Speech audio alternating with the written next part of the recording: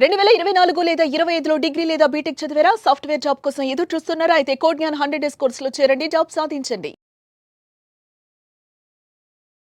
విలక్షణ నటుడు కోటా శ్రీనివాసరావు ఇక లేరు అనే విషయాన్ని విజయవాడ ముఖ్యంగా కంకిపాడు ప్రజలైతే జీర్ణించుకోలేకపోతున్నారు. రీజన్ ఏంటంటే ఆయన పుట్టింది, పెరిగింది, చదువుకుంది, పెళ్లి చేసుకుంది అంతా కూడా విజయవాడ సమీపంలో ఉన్న కంకిపాడులోని ఆయన ఇంట్లోనే.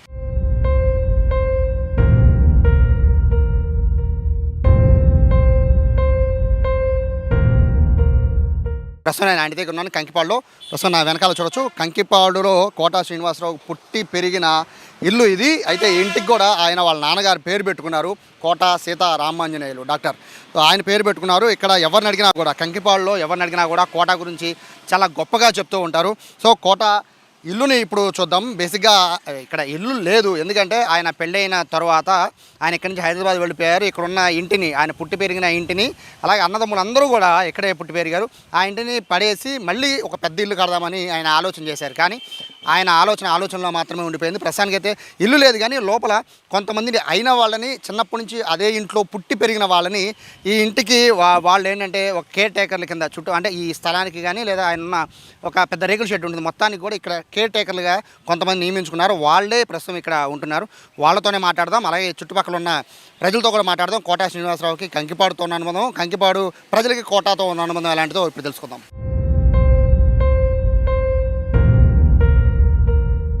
కోట లేరు, కోట పుట్టి పెరిగిన ఇల్లు కూడా ఇక్కడే లేదు, కానీ కోట జ్ఞాపకాలు మాత్రం కంకిపాడులో చాలా ఉన్నాయి. ప్రస్తుతం ఆ ఇంటి దగ్గర, పుట్టి పెరిగిన ఇంటి దగ్గర ఉన్నాను.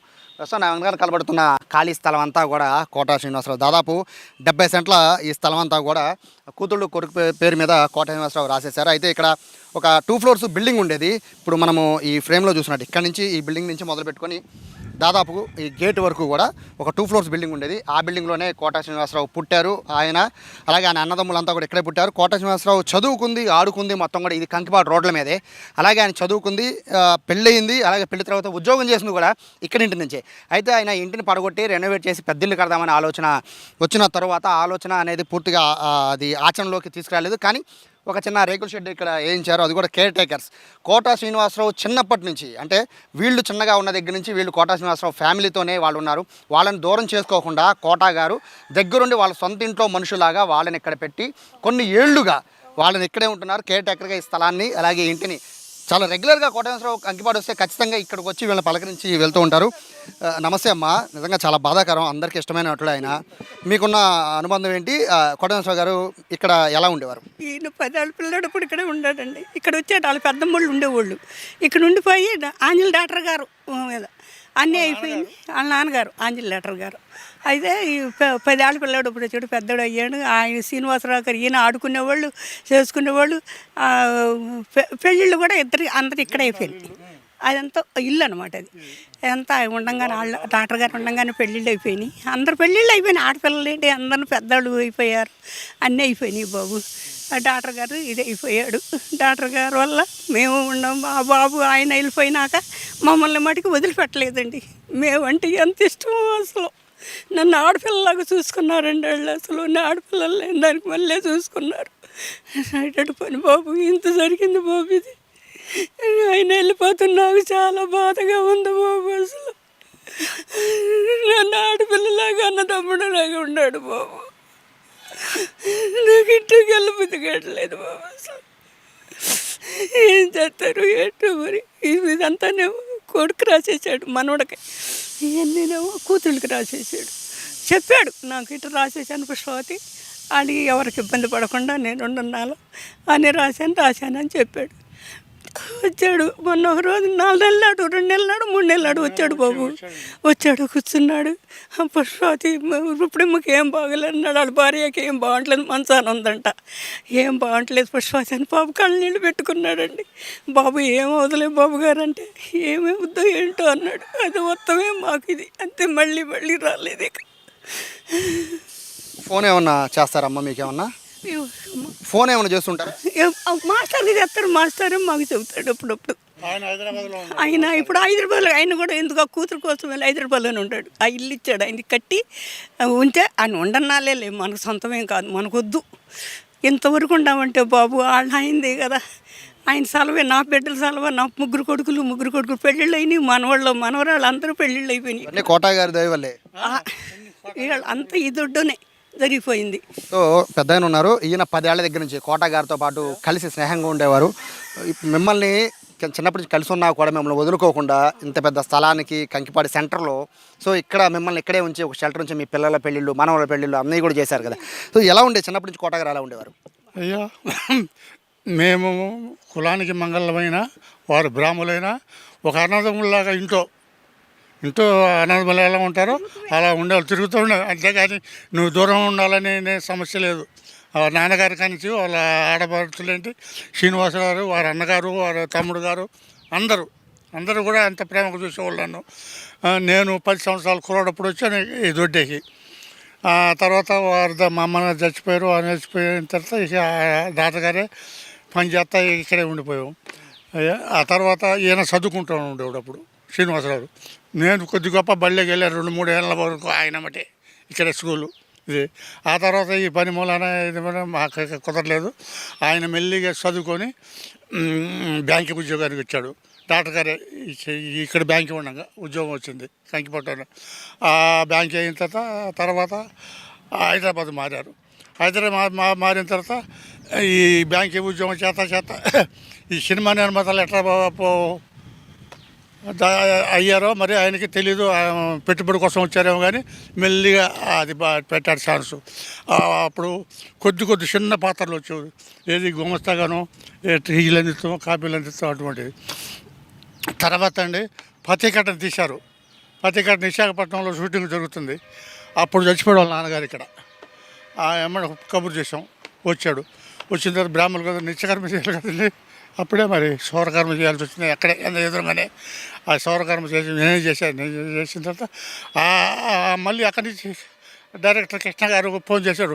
షూటింగ్ రమణ మరి ఎమ్మటే వెళ్ళిపోయి ఇక మేకప్ లేకుండా ఈ సౌర దాంతోనే బోడుగుండుతోనే గుడిసెల కాసాయని పేరు పెట్టి వదిలేశారు. ఇక అప్పటి వరకు ఇప్పటి వరకు శ్రీనివాసరావు గారికి తిరుగులేదండి. అటువంటి మహానుభావుడు. స్నేహానికైనా భోజనానికైనా నన్నైనా మా పిల్లలు మనవరాలు తన సొంత పిల్లలుగా చూసేవాళ్ళు, అంత అభిమానంగా ఉండేవాళ్ళు. ఆ తర్వాత మనం కూడా ఏమంటే పెద్ద వయసు అయిపోయింది, మేము బయట మీ భార్య భర్తలు చచ్చిపోయే వరకు మీరు ఇక్కడే ఉన్నారా, చచ్చిపోయిన తర్వాత వెళ్తామే మీరు బయటికి వెళ్తానికి లేదండి. ఆ తర్వాత ఆ విషయం వాళ్ళ అల్లు కూతుర్లు కూడా చెప్పారనుకుంటా అండి. తర్వాత ఇక ఆయన వెళ్ళిపోయాడు. ఇప్పుడు మరి మా సంగతి ఏంటో ఇక దేవుడే ఉంటాడు. ఇక అటువంటి మనిషి ఇక మాకు ఉంటాడంటే ఆయన మా పని అయిపోయింది. అయ్యా ఇప్పుడు అప్పుడంటే మీకు తెలియదు, చిన్నప్పటి నుంచి కలిసి పెరిగారు కాబట్టి కోటా గారు ఇంత పెద్ద ఆర్టిస్ట్ అవుతారని, మొత్తం భారతదేశంలోనే ఒక టాప్ యాక్టర్ అవుతారని కానీ ఇవన్నీ మీరు ఊహించుండ్రు.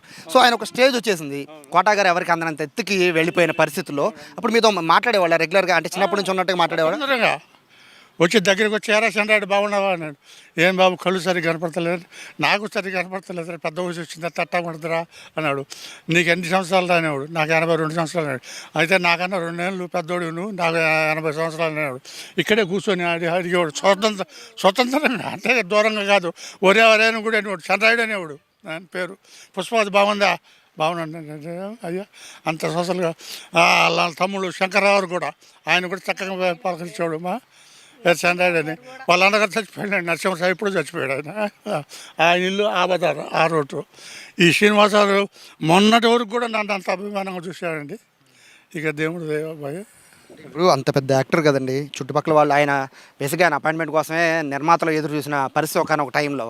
ఇప్పుడు ఆయన ఆరోగ్యం బాగా కొంతకాలంగా ఇంట్లోనే ఉంటున్నారు. సో మన రీసెంట్గా కూడా వచ్చారంటున్నారు కదా, వచ్చినప్పుడు ఏం చెప్పారు?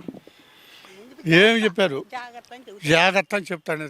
కాకపోతే ఈ దొడ్డి అంతా అయ్యా, ఇద్దరికేమో కూతుర్లకేమో ఇటు రాశాను, మనవాళ్ళకేమో చచ్చిపోయిన కొడుకులకి అటు రాశాను అని ఆ విషయమే చెప్పాడు. కానీ తర్వాత ఇక వాళ్ళ ఇంటి విషయాలు పెద్దగా ఎట్లా చెప్తాడండి. ఏదైనా బయటికి విషయం మటుకు చెప్తాడు, ఇది చేశాను అది ఎట్లా చేశాను అని. వాళ్ళకు రాశానరా వీళ్ళకి రాశానరా సమస్య లేదు చెప్పాడు. వచ్చిన తర్వాత కూడా చెప్పాడు. ఇక ఆయన ఎక్కువగా సోషల్గా ఆ బ్రాహ్మణులు కదండి, ప్రకాశ్ మాస్టర్ ఆయన చదువుకున్నాడు బాగా. ఆయనతో డీలింగ్స్గా మాట్లాడదు. మనతో ఏదో మోటుగా ఊనే 1 మాట 2 మాటలు ఉండండి మాట్లాడినా మిమ్మల్ని ఇంత దగ్గర తీసుకోవడం గొప్ప కదా. అదే అండి అయ్యో మన ఆ స్వయానం అన్నదమ్ముళ్ళలాగానే దగ్గరికి తీసుకొని మాట్లాడేవాడు. అంతేగాని తేడాగా నువ్వు మంగళ తేడాగా చూసేవాడు కాదు. అంత మౌనపడండి ఆయన. మరి ఇక నేను ఏం చేయాలి, అంతకన్నా అంత నేను ఆయన గురించి చెప్పదలుచుకుని నాకేమో మాటలు రావట్లా. సో ఇది చిన్న విషయం కాదు. చిన్నప్పుడు అంటే 10 ఏళ్ల దగ్గర నుంచి, ఈయన వయసు 10 ఏళ్ల దగ్గర నుంచి అంటే 82 సంవత్సరాలు అంటే 12 ఏళ్ల వయసు దగ్గర నుంచి కోటా శ్రీనివాసరావుతో కలిసి ఉన్న ఈయన్ని దూరం పెట్టకుండా చిన్ననాటి స్నేహితుడిగా భావించి, బంధువుగా భావించి ఇదే ఇంట్లో ఉంచారు.